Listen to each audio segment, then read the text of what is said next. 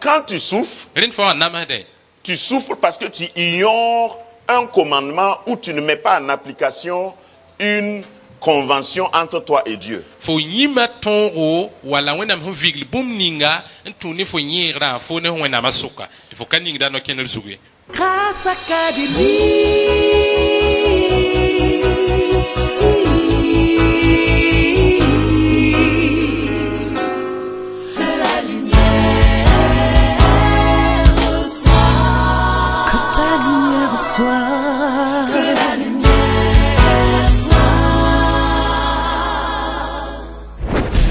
Cours vers le but. Tu as une course dans laquelle tu es engagé. Il y a une carrière qui est ouverte devant toi. Tu dois manifester le règne de Dieu. Il arrive que nous soyons découragés, qu'il y ait des intempéries. Débarrassons-nous de tout ce qui nous alourdit, tout ce qui vous empêche d'aller, d'avancer. Et courons vers le but. Courons dans la carrière qui nous est ouverte. Qu'il y ait des jours où vous n'avez pas envie de courir. Marche, je te dis, marche et ne t'arrête pas. Tu es appelé dans une carrière si glorieuse. Ne permets à personne ni à rien de t'arrêter dans cette carrière.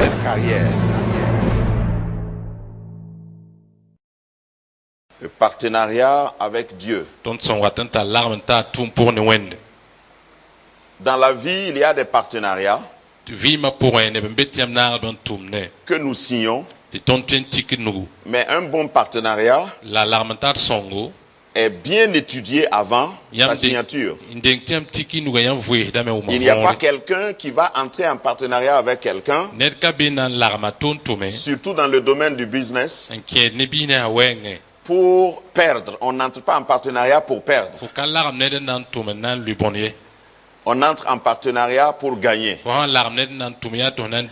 Dieu a initié un partenariat d'affaires avec nous. Il y a d'abord le partenariat qu'il a signé concernant notre âme, le salut de notre âme. Et dans le salut, il y a un domaine qui concerne notre vie sur terre, notre bien-être, nos biens matériels.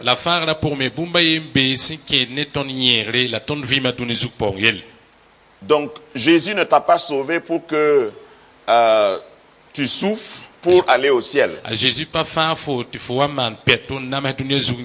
Il t'a sauvé. Et dans le package du salut, il y a aussi un contrat de partenariat de bien-être, de prospérité. C'est vrai que beaucoup de chrétiens sont tellement spirituels qu'ils ne s'intéressent pas à ça.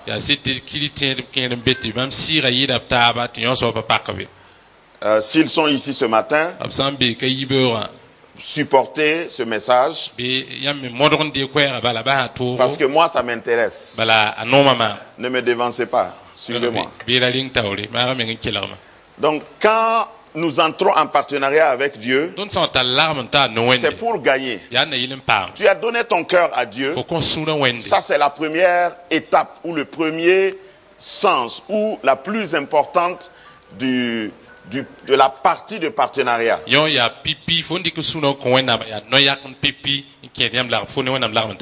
Mais ceux qui ont vécu avec Dieu depuis leur conversion et qui ont vécu un certain nombre d'années savent que tu peux être sincère, dévoué au Seigneur, tu as donné ton cœur à Dieu, mais si sur le plan socio-existentiel, pas sur le plan spirituel, sur le plan économique, sur le plan financier, matériel, social, tu n'arrives pas à joindre les deux bouts, ça va affecter le partenariat spirituel.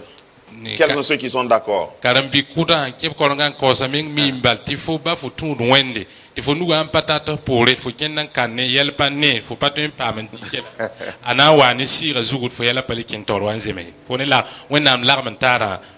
nous avons besoin de tout le package du salut. Et dans cette série, je voudrais simplement développer quelles sont les clauses de ce partenariat que nous avons avec Dieu ou que Dieu a signé avec nous pour notre bien-être ici-bas, pour notre prospérité, pour notre futur et le futur de nos enfants. La ton zom skanga pour amnama kam tibiliga menge se bwela wenam kana ngili nandi kun konet fa yemri asen na nyere ameng vim la kamla yara vim de nizuka.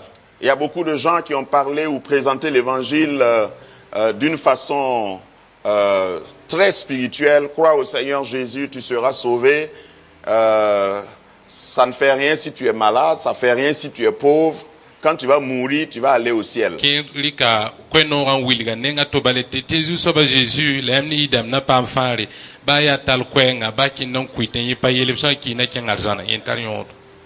Mais en attendant, je ne suis pas mort. Et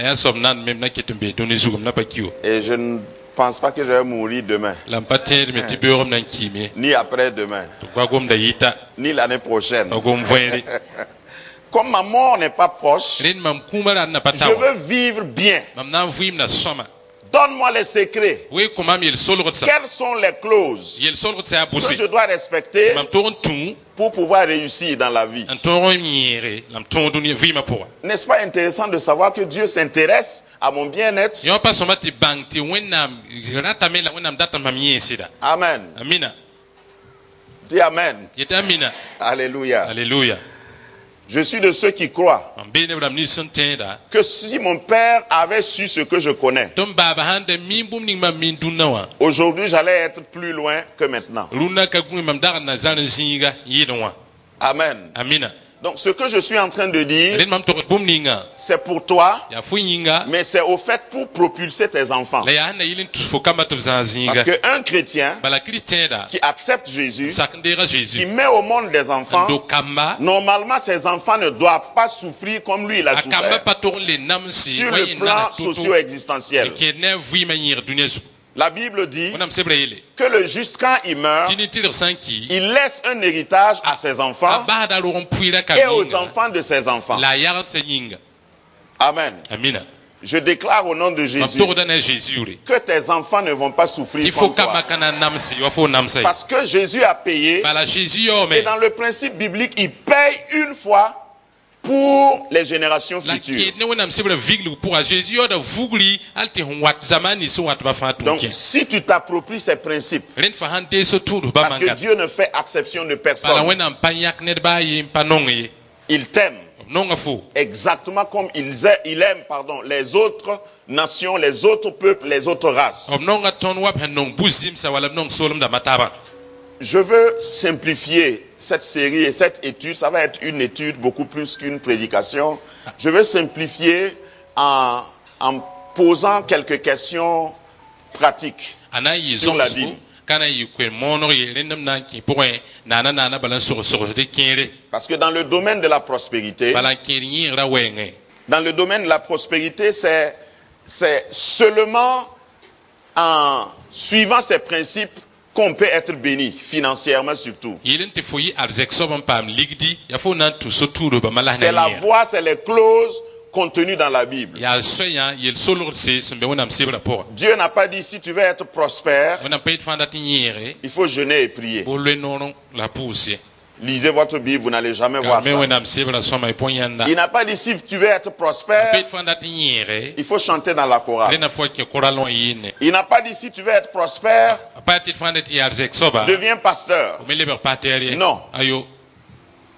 Il y a des principes qui sont attachés à la prospérité. Et si tu obéis à ces principes, tu vas prospérer.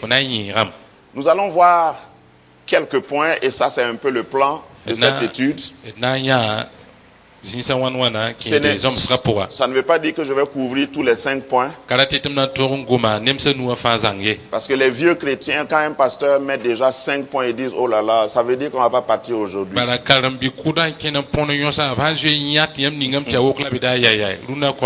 Décontracte-toi. On ne va pas durer. Même si je fais un point, tu vas sortir avec quelque chose.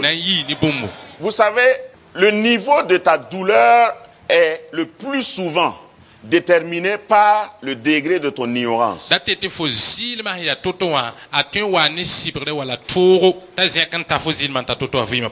Quand tu es ignorant, tu vas souffrir au même niveau que ton ignorance. La te fo mena nam same at fo non ata fo zilma ya toto. Est-ce que vous avez réalisé ça? Lingam je mbanga yonsida. Même, souvent même quand tu es ignorant, tu peux souffrir et ne pas savoir que tu souffres. Wakat kere fo am pami yela fo la fo meng ten na madam pami to na madam. Il faut que quelqu'un qui ne souffre pas te dise, au fait, tu peux mieux vivre que ça. C'est pourquoi dans les villages, il y a des gens qui souffrent, mais comme ils souffrent moins que d'autres,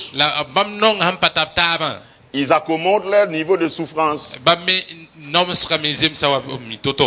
Et dans la vie, si tu ne veux pas souffrir, ne regarde pas celui qui souffre plus que toi.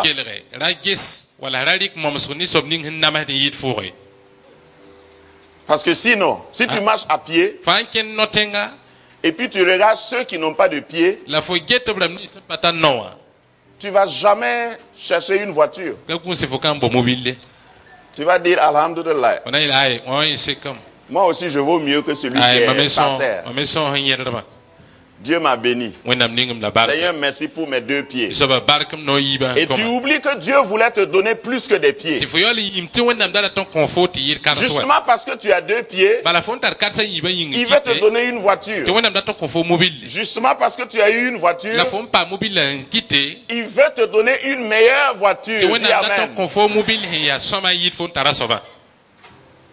Ça, c'est le plan de Dieu. N'a pas créé. Regardez dans Genèse. Je prends parce que je parle du fondement. C'est le premier point. Le plan de Dieu, ce n'est pas de mettre l'homme dans un environnement de souffrance et de manque. Dans Genèse, avant de créer l'homme, il a pris combien de jours pour créer tout ce qu'il faut?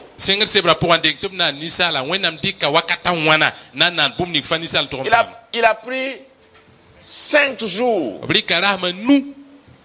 Et il ne parlait même pas de l'homme d'abord. Pourtant, la finalité de la création, l'objectif de Dieu, c'était de créer l'homme. Avant de le créer, il prend soin de créer tout ce dont l'homme aura besoin. Y compris les fleuves qui vont arroser le jardin. Et la Bible dit que c'est lui-même qui a planté. L'Éternel Dieu planta en Éden un jardin avec tout ce qu'il faut avant de créer l'homme. Rappelle-toi toujours que c'est l'intention de Dieu. Donc quand tu souffres parce que tu ignores un commandement ou tu ne mets pas en application une convention entre toi et Dieu.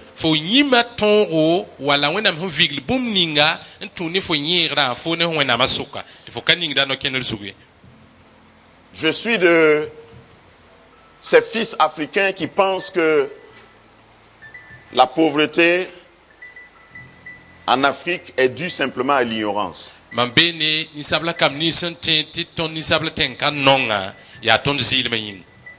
Ce n'est pas en recevant que tu deviens riche. Ça, c'est la règle biblique.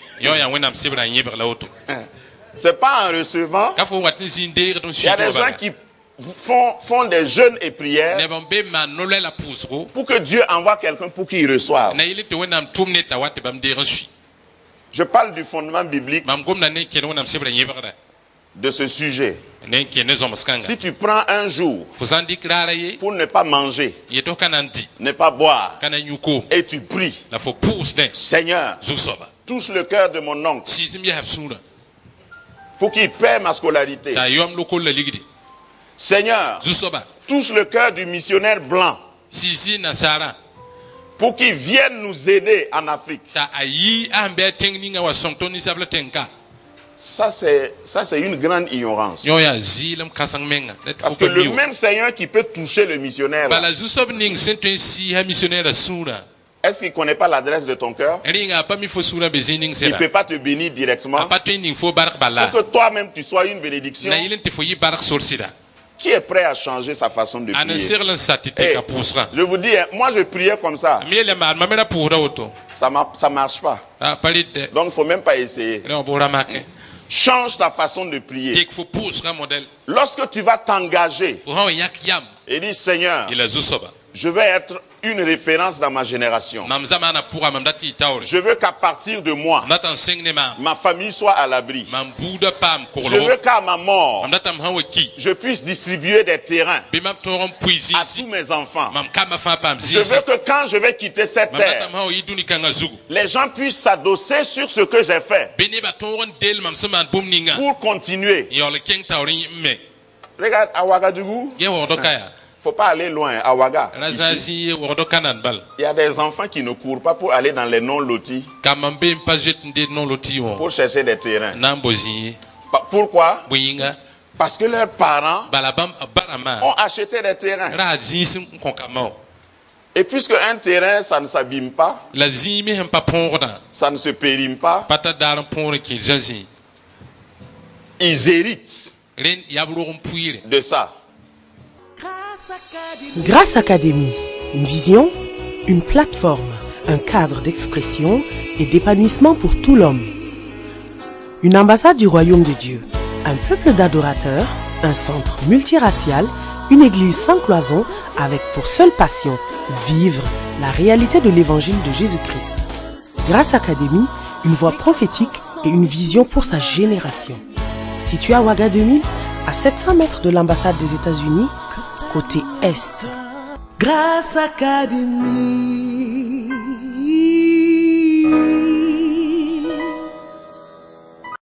Amen. Amina. Je n'ai pas le temps pour rentrer dans d'autres détails, mais c'est pour te dire que la volonté de Dieu, il faut déjà que dans ta mentalité, tu acceptes que Dieu veut que tu sois béni. Si ça n'a pas commencé par tes parents, il faut que toi, tu sois assez intelligent pour commencer avec toi. Et tu commences à chercher. Si tu souffres, tu dois dire, je serai le dernier à souffrir dans ma lignée. Je serai le dernier à subir les douleurs que je subis dans ma lignée.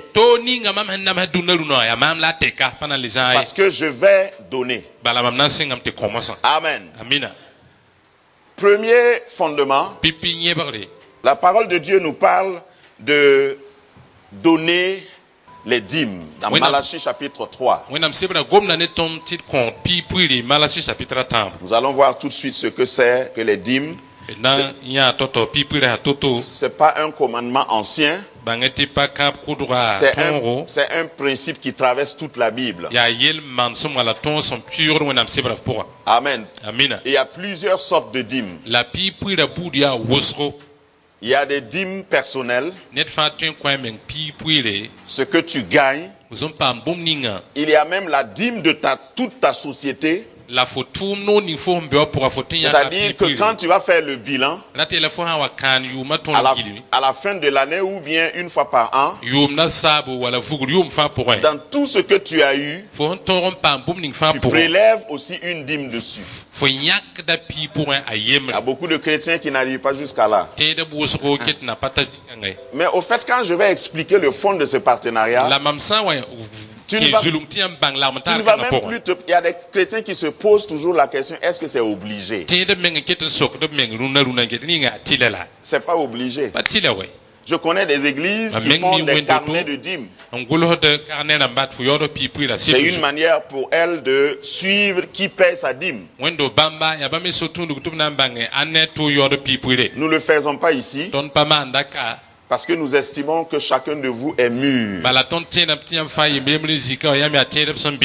Et quelqu'un n'a pas besoin de te poursuivre pour que tu payes ta dîme. Non. Puisque tu sais qu'il y a ton intérêt dedans. C'est pourquoi j'ai dit contrat. Si tu as ton intérêt, si tu es un peu intelligent, tu vas payer. Puisque ce n'est pas le pasteur qui s'engage ici. C'est Dieu qui s'engage. Lisons ensemble. Malachie chapitre 3. À partir du verset 8. Un homme trompe-t-il Dieu, car vous me trompez, et vous dites, en quoi t'avons-nous trompé? Et Dieu répond, dans les dîmes et les offrandes. Vous êtes frappés par la malédiction et vous me trompez, la nation toute entière. Je disais tout à l'heure qu'il y a différentes catégories de dîmes. Et si je devais détailler ou écrire un livre sur la dîme, j'allais même inclure une sorte de dîme qui est nationale.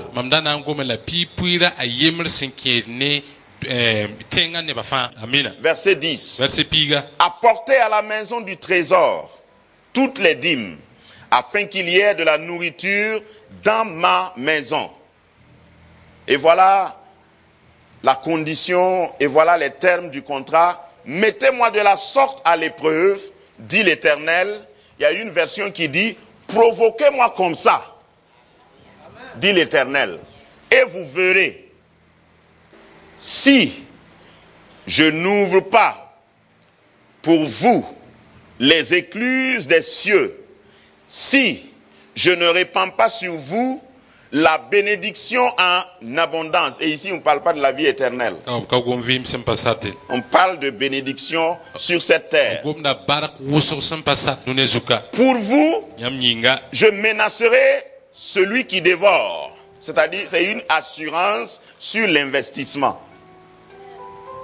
Une garantie sur les... Quand vous allez à la banque et vous voulez prendre une somme, un prêt, on vous demande garantie. Pour vous, je menacerai celui qui dévore et il ne vous détruira pas les fruits de la terre. Et la vie ne sera pas stérile dans vos campagnes, dit l'Éternel des armées. Amen. Toutes les nations vous diront heureux, car vous serez un pays de délices, dit l'Éternel des armées. Si vous lisez tout le chapitre 3, vous allez voir les termes. Ces termes-là sont des principes à travers toute la Bible. Dans Deutéronome, par exemple,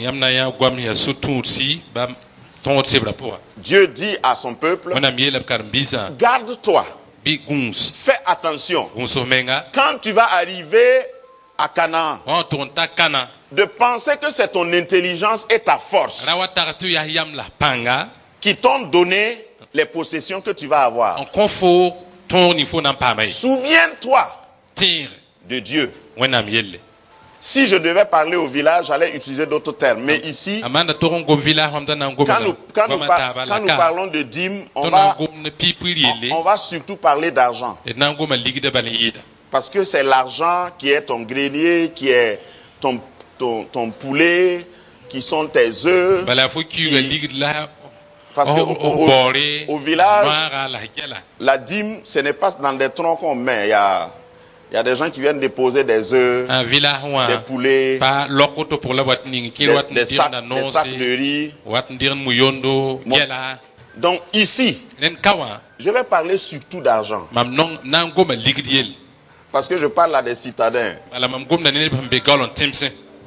Il y a des gens qui sont gênés quand on parle d'argent dans l'église. Oh, vraiment. Aujourd'hui, là, le pasteur n'a pas prêché. Il a parlé d'argent. Vraiment, bon. Nous, on est venus pour chercher Dieu et il parle d'argent. Le message n'était pas spirituel. Toi-même, tu n'es pas spirituel. Il y a une partie de toi seulement qui est spirituelle.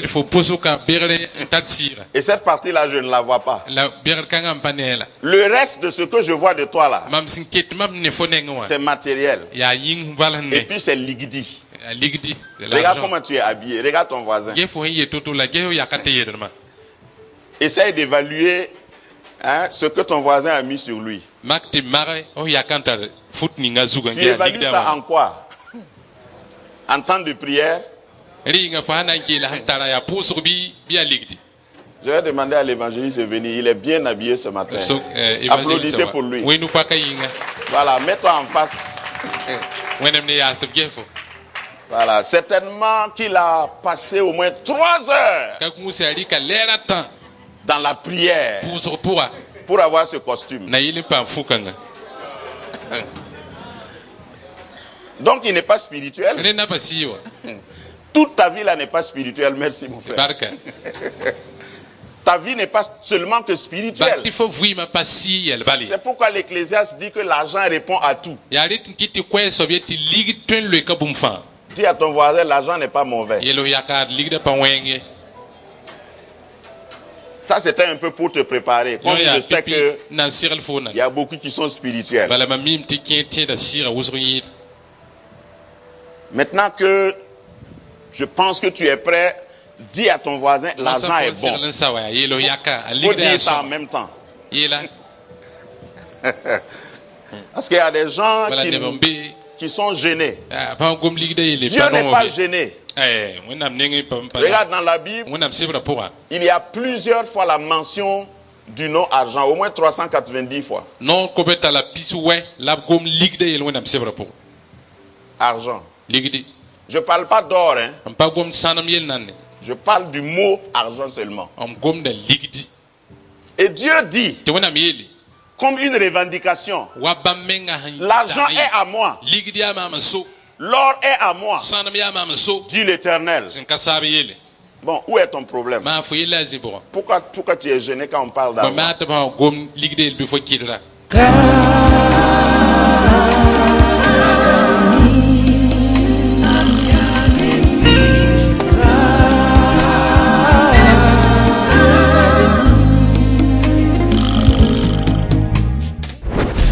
Cours vers le but. Tu as une course dans laquelle tu es engagé. Il y a une carrière qui est ouverte devant toi. Tu dois manifester le règne de Dieu. Il arrive que nous soyons découragés, qu'il y ait des intempéries. Débarrassons-nous de tout ce qui nous alourdit, tout ce qui vous empêche d'aller, d'avancer. Et courons vers le but. Courons dans la carrière qui nous est ouverte. Qu'il y ait des jours où vous n'avez pas envie de courir. Marche, je te dis, marche et ne t'arrête pas. Tu es appelé dans une carrière si glorieuse. Ne permets à personne ni à rien de t'arrêter dans cette carrière.